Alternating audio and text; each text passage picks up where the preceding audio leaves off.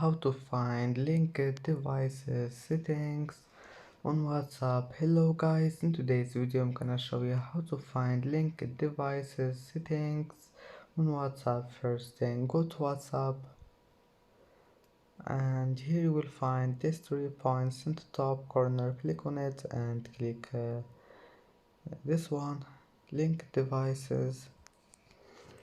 And as you see here, you can link your device, and that's how to find just click these 3 points and click linked devices, and here you can find it.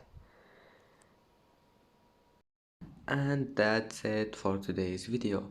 If you like this video, don't forget like and subscribe, and thank you for watching this video until the end, and see you in the next video.